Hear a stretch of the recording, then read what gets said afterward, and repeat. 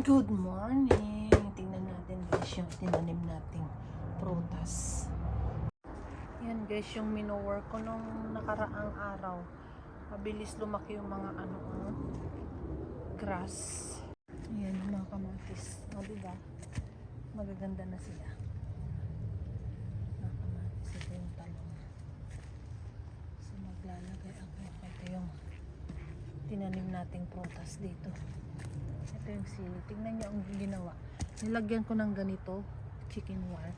Kasi tignan nyo nung isang araw lang na ako, nginat-ngat yung prutas. Ayan, oh. O, diba? Yung mga, ito pa, nginat-ngat siya. Hindi ko alam kung anong, buti na lang hindi kinain lahat. Sana ito hindi nangat natin. So ito rin yung cherry. Ayan. Lumabas na yung bulaklak kasi lumaki na yung niya, yung mga, kasi di ba nung kinuha ko konti lang yung niya. Ngayon lumabas na yung bulaklak niya. Ayan, sana lahat yan bulaklak.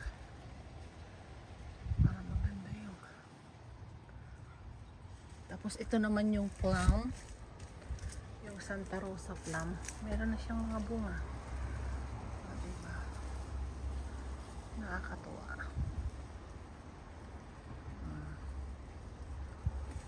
Ayan. Mga bunga na siya. Tapos yun yung mga na, sana yung pinag-alisan ng bulaklak na yan. Ayan, may mga bunga na pa.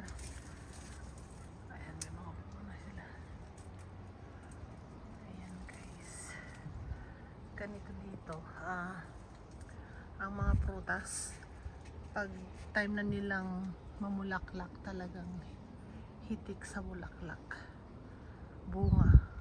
Guys, tignan natin yung navel orange at saka cat yung aso, sunod-sunod sa akin. Ayan, talagang come on Blue, come on.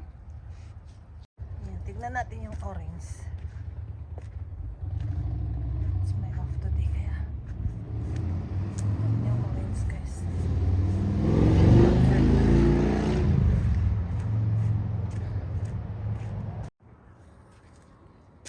Ayan.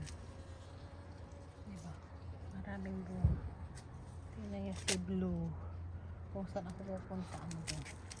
Ay, no, Blue. Ayan, marami din lime.